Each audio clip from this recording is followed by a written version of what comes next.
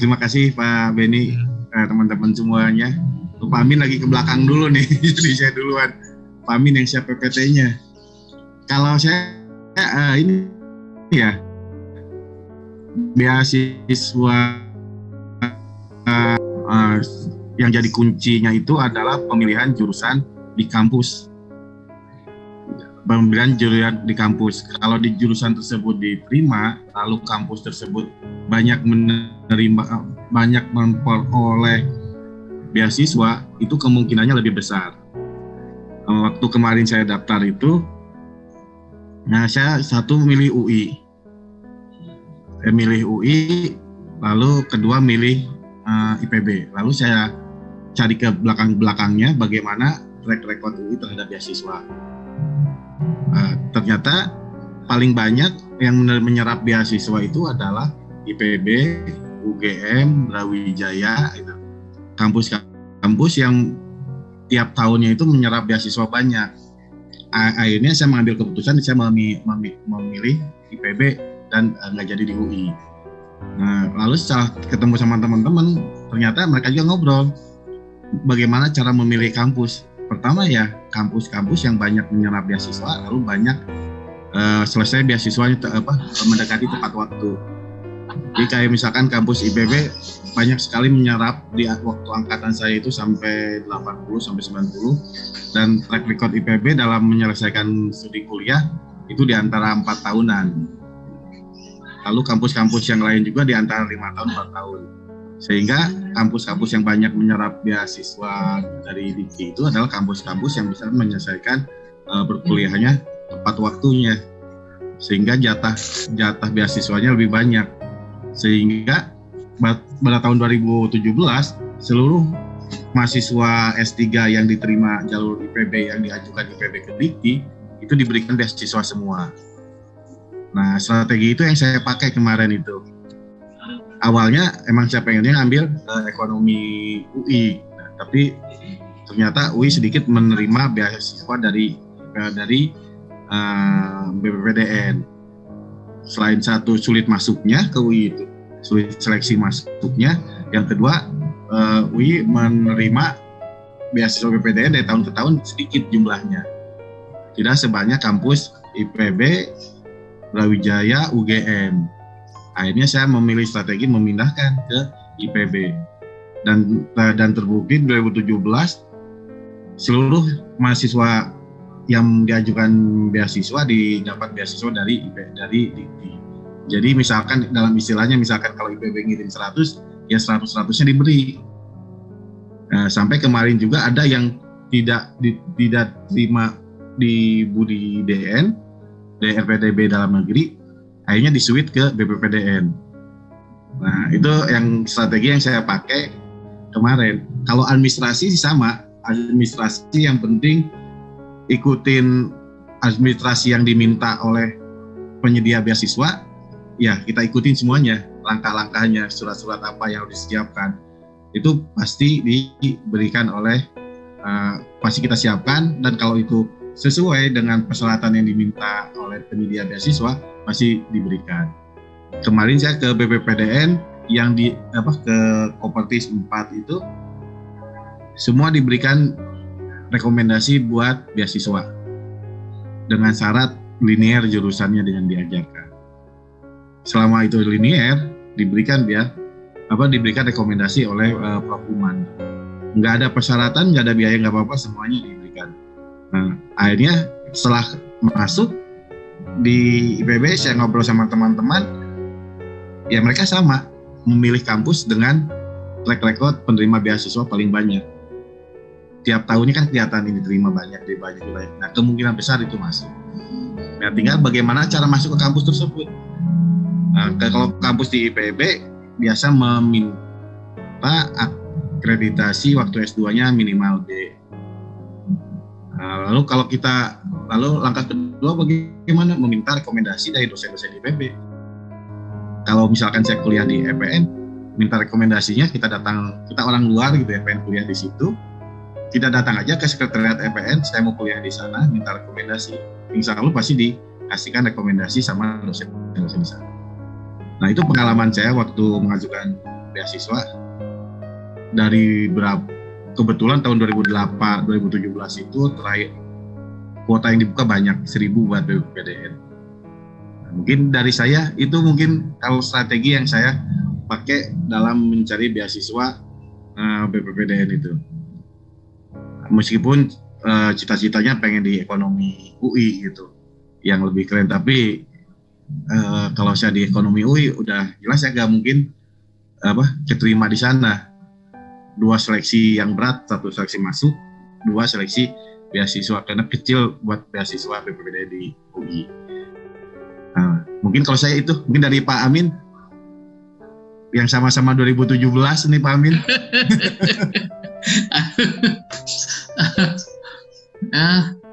Gimana?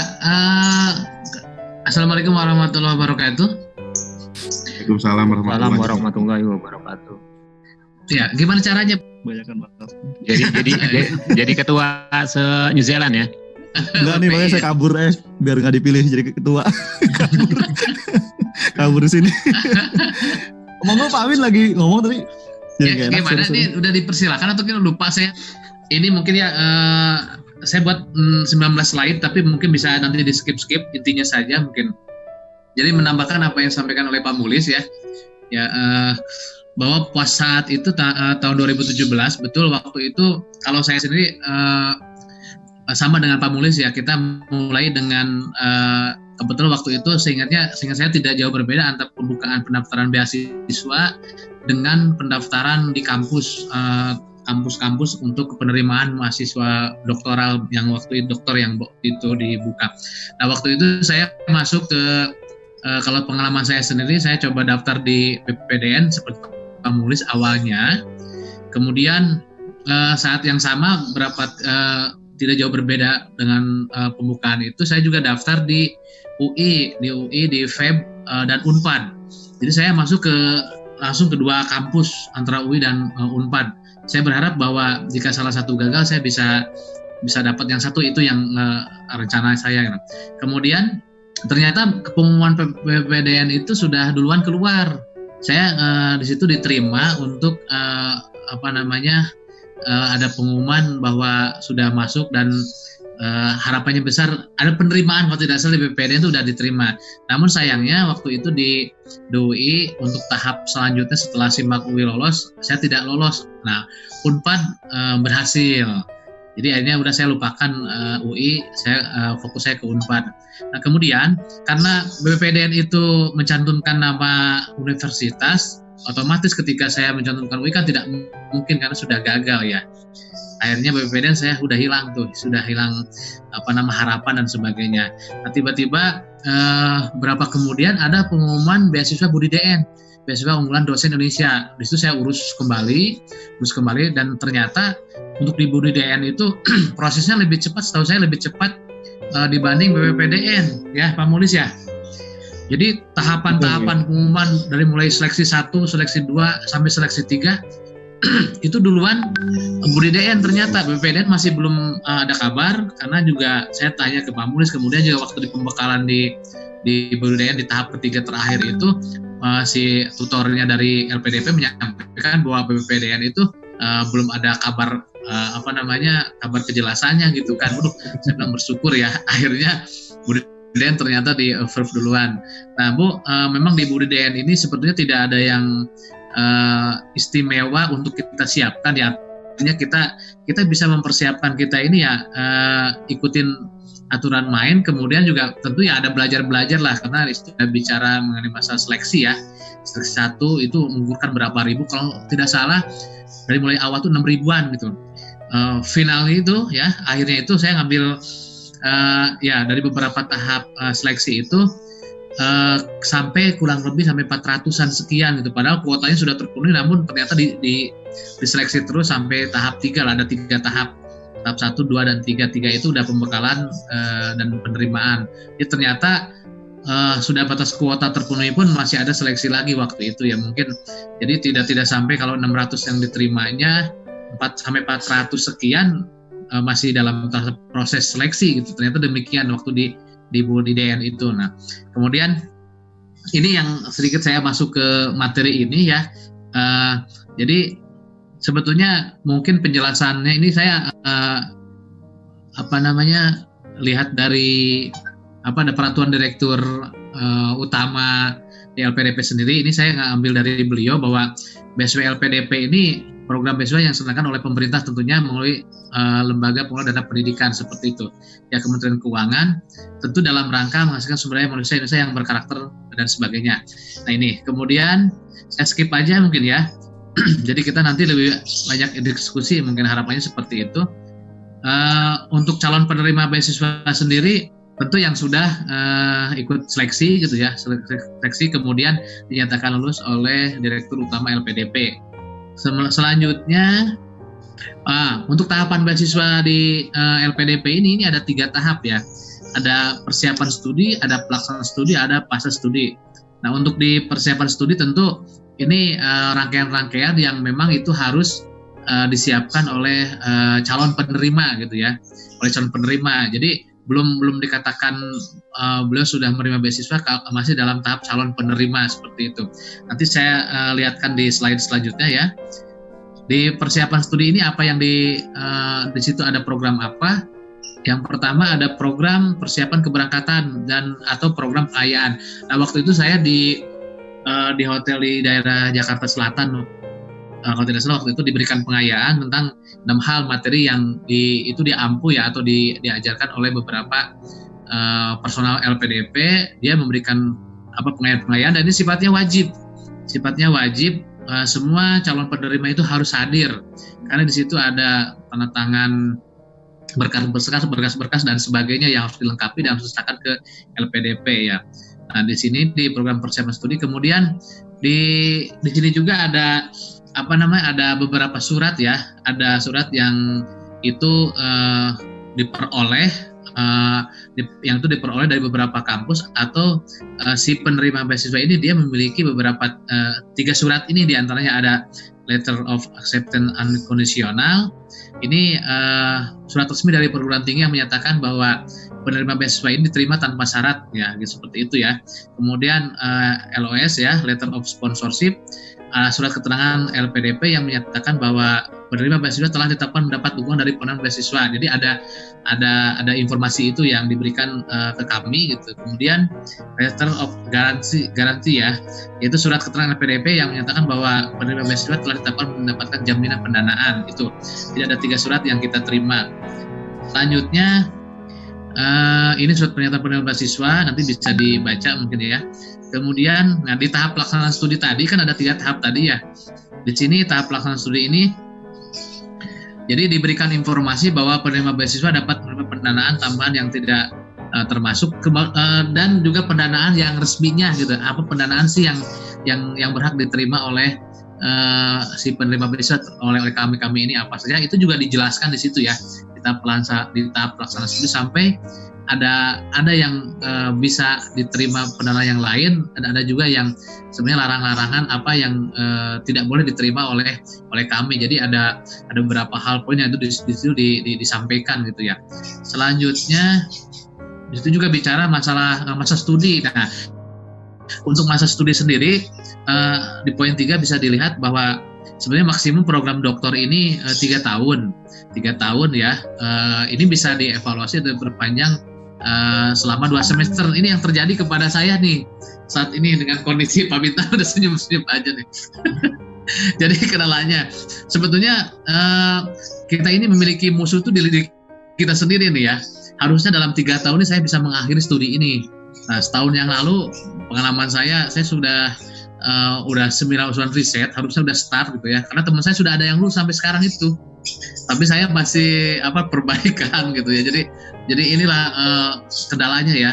Padahal ini kita sudah di date itu di 3 tahun, sekarang udah masuk ke 3 tahun lewat beberapa bulan gitu ya. Ini sudah dikasih dievaluasi kemarin, layak untuk diberikan tambahan waktu 2 semester ceritanya gitu ya.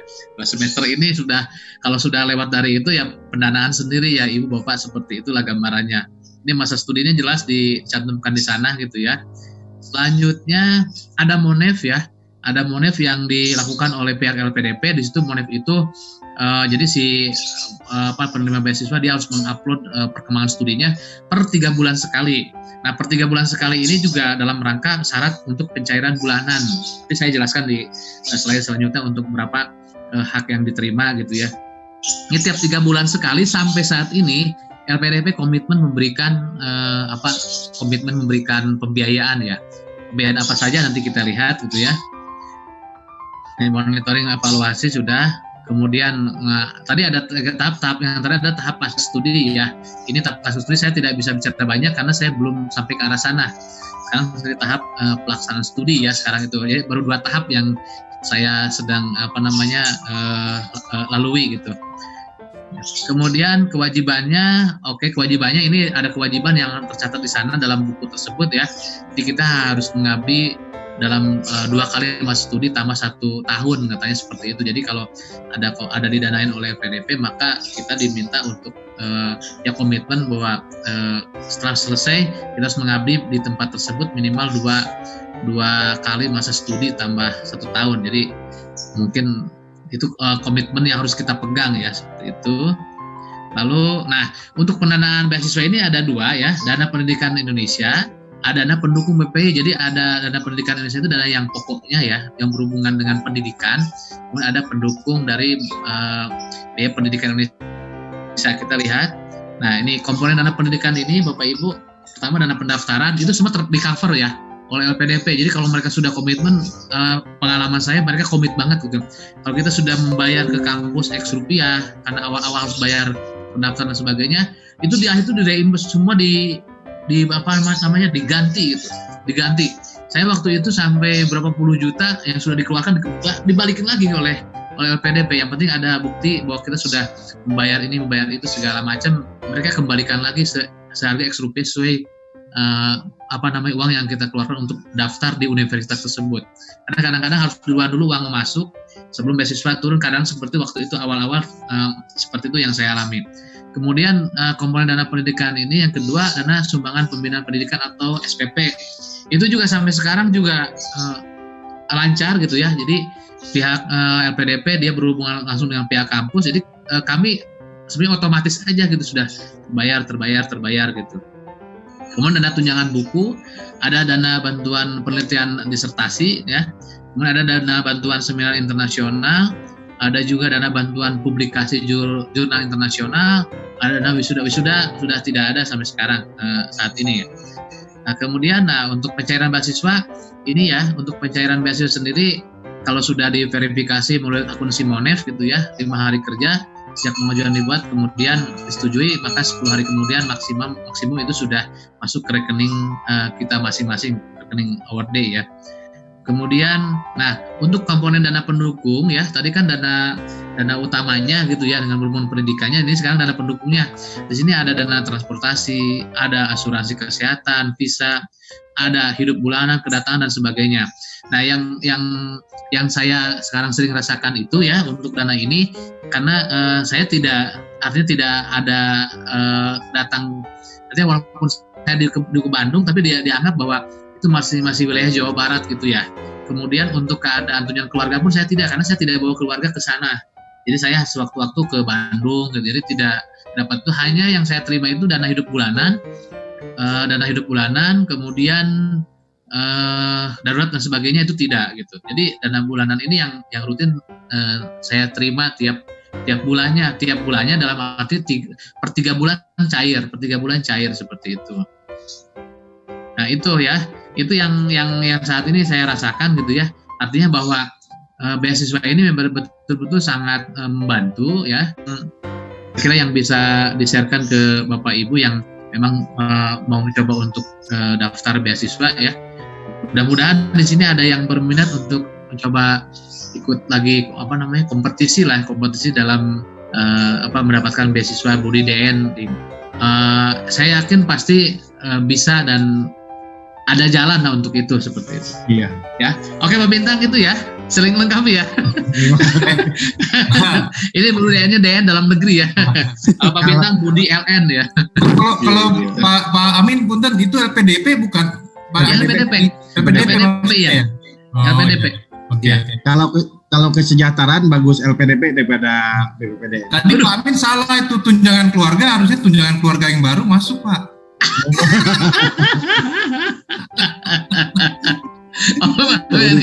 Perlu diperjelas tuh. Oke Pak Amin, ini terima kasih informasinya ya. Sebenarnya saya ngeliat kayak gini saya iri nih Pak Amin nih, karena saya nggak dapat. Bosdok Pak Beni. Iya Pak Beni, kenapa ya waktu itu? Waktu itu ini ya, ada kendala apa ya waktu itu ya? Iya, pertama kan dapetin beasiswa dari, kan saya dulu masih di PB, ya biasa lah ya, kan sistemnya kan siapa yang kuat gitu. Oh. Ya, terus yang kedua pas mengajukan itu sudah nggak boleh karena saya sudah 3 tahun kuliah, mengajukan beasiswa sudah nggak boleh.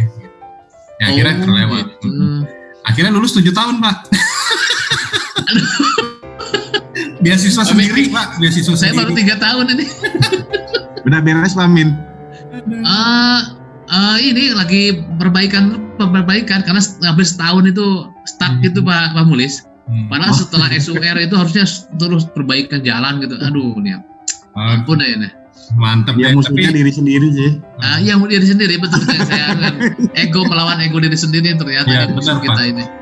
Disertasi itu ego lawan diri sendiri Pak. Karena saya kuliah selesai 2015, 2016 sampai 2020. Iya. Ampun deh. Oke. Iya. Terima kasih banyak Pak Amin. Ya.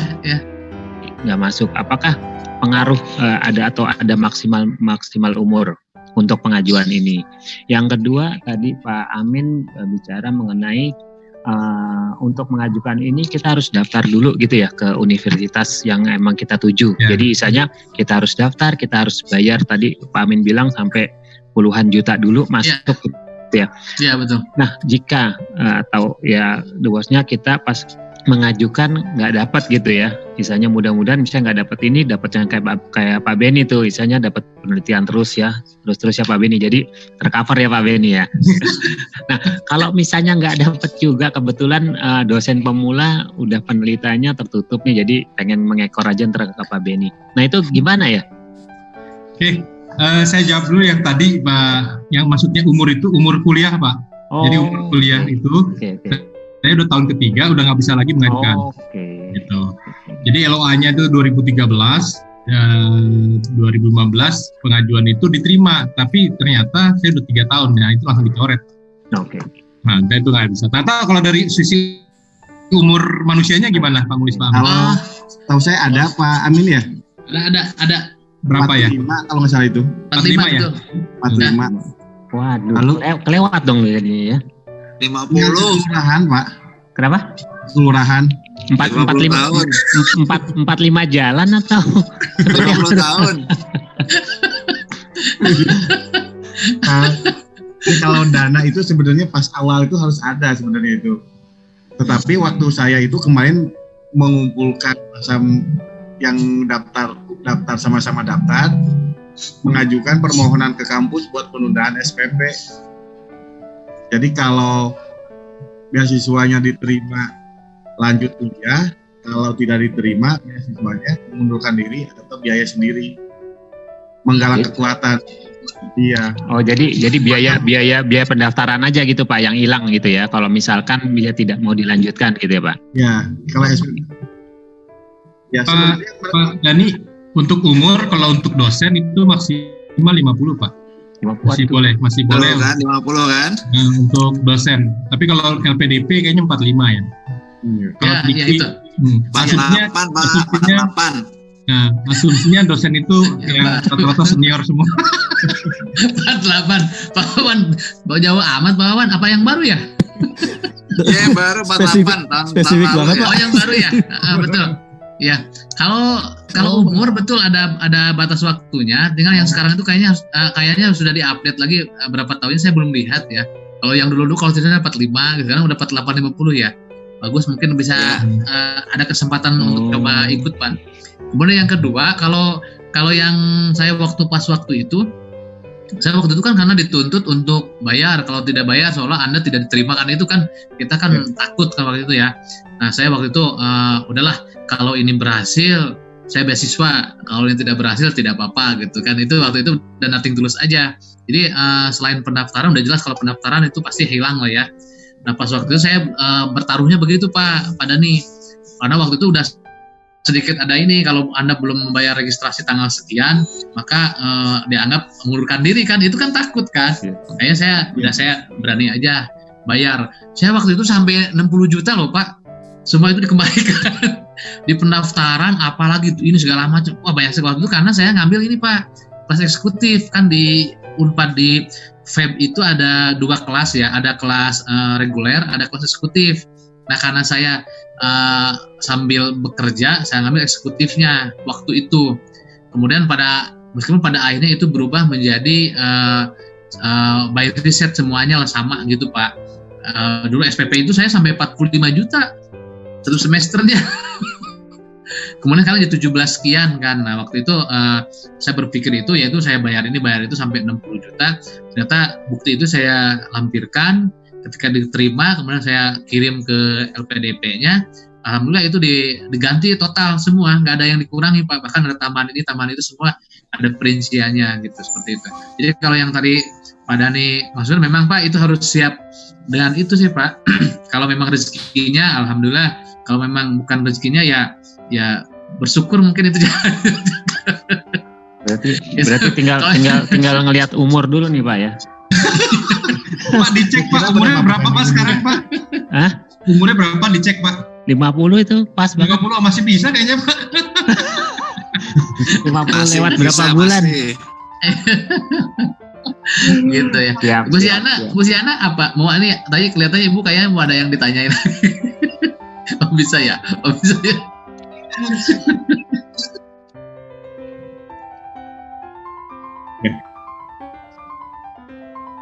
Pak Molis. Kalau PPPDN lucu Bu, masukin berkas, nggak ada berita sampai akhir. Tahu-tahu keluar SK aja. Jadi kesusul sama LPDP dulu. Sampai demo Pak Mulis ya, banyak yang demo katanya karena gimana seleksinya kok tiba-tiba nggak lulus gitu. Itu dapat info dari pelatih dari LPDP waktu kami nyampein itu. Iya, jadi gak ada tahapan-tahapan, ngasih berkas, upload, udah gak ada kabar berita. Sama kampus suruh bayar, udah gitu menggaleng kekuatan akhirnya bisa pakai surat pernyataan. Tahu-tahu LPDP udah muncul pengumuman gitu. Kok ini PPDN belum gitu. Tahu-tahu SK aja terakhir keluar. Nah, berapa lama tuh? Sampai September, Bu. Jadi kuliah setengah semester itu tanpa kejelasan. Pakai surat, Bu. Surat tadi, Bu, penangguhan. Kalau IPB bisa pakai itu. Karena semua khusus Pak Mukhlis kali ya di situ ya.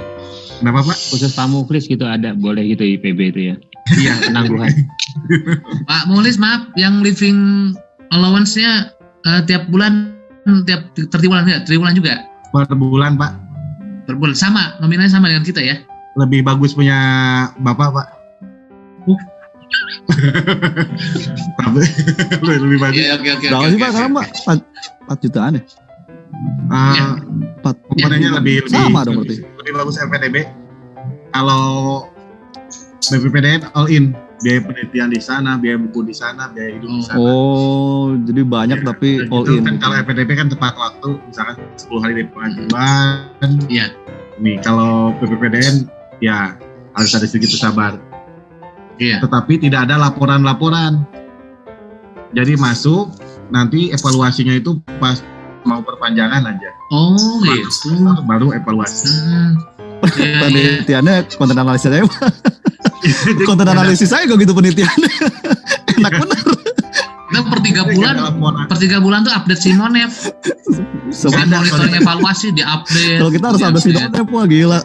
Poin-poinnya dijabarin semua, wah nggak bisa bergerak. Diabur aja begitu. Nanti pas perpanjangan jadi perpanjang, nggak perpanjang. Iya.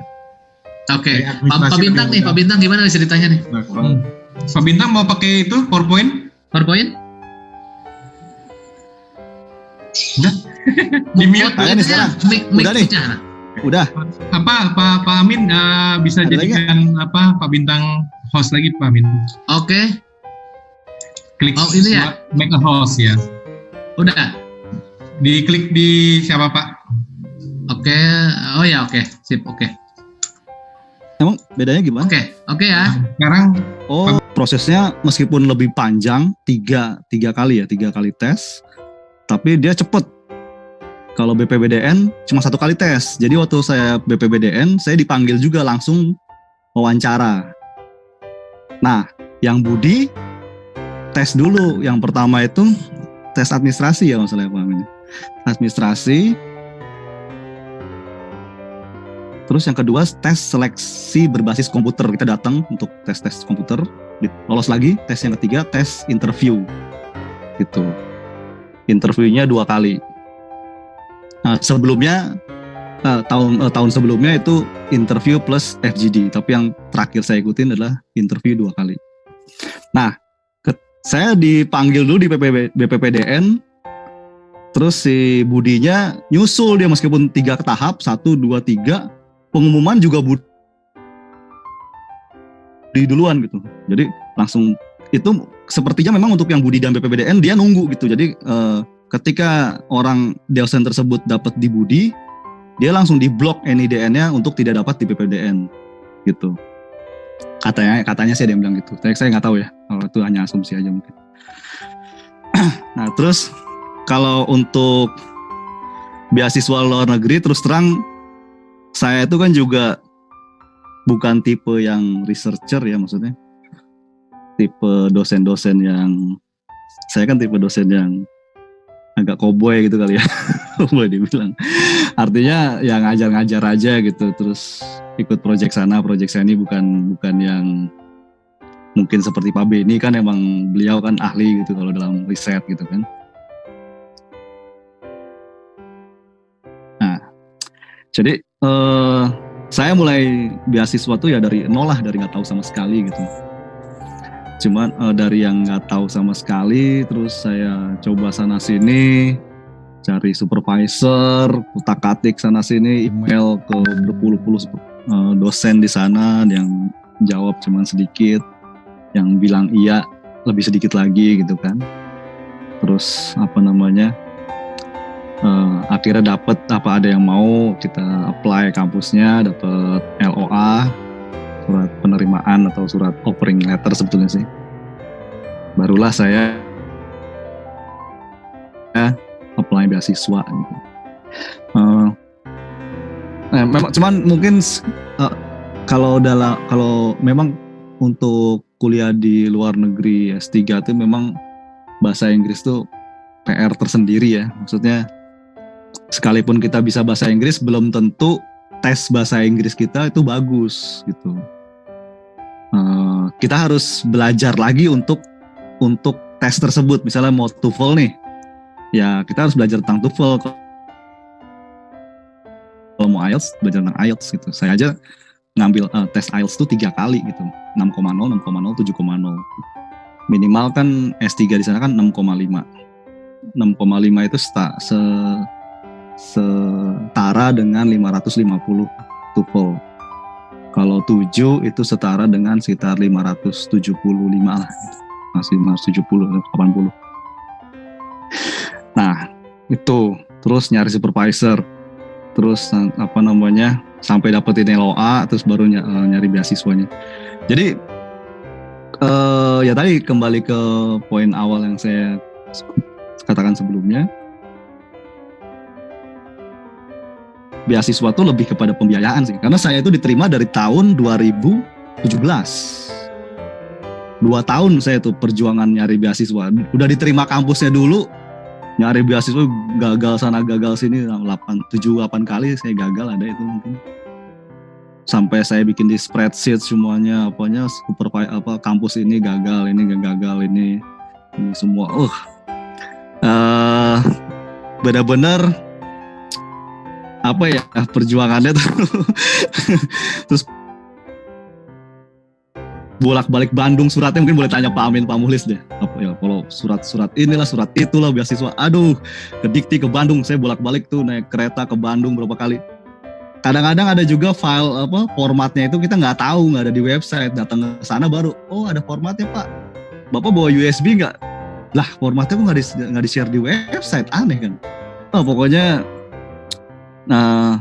jungkir balik deh. Terus sampai tahap ya ke tahap administrasi udah, kalau udah LOA udah ada, semua udah ada, administrasi lolos, udah ada surat izin semuanya ya, dari ketua yayasan, ketua STIE, dari Dikti semua. Terus seleksi berbasis komputer itu kan TPA ya, tes potensi akademik, itu bisa baca-baca aja, beli bukunya atau baca-baca di internet, itu bisa belajar deh. Kemudian interview yang pertama itu apa ya? Ya tentang ini ada tiga interviewer, satu dari psikolog, satu dari akademisi, satu dari PDP maksudnya. Ya pokoknya mereka tanya-tanya kita lah tentang kepribadian kita, tentang kemampuan kita, tentang riset dan segala macam. Setelah itu baru yang kedua interview khusus. Yang kedua itu sih sepertinya itu lebih kepada kebangsaan gitu deh, kebangsaan. Pertanyaannya seputar itulah. Terus ketika itu lolos, ya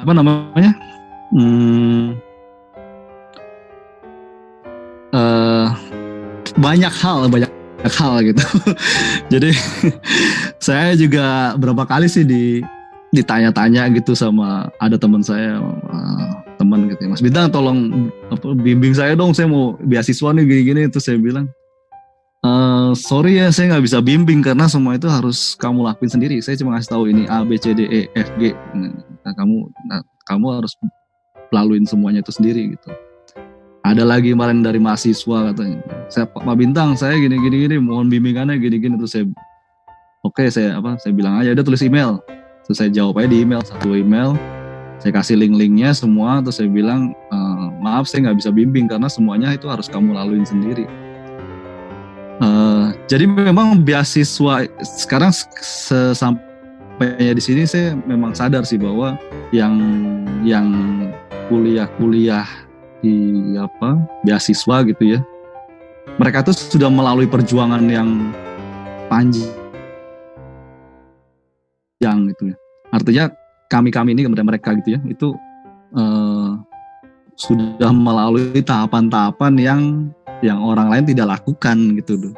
Dan itu memang harus sendiri. Kenapa? Karena ketika kita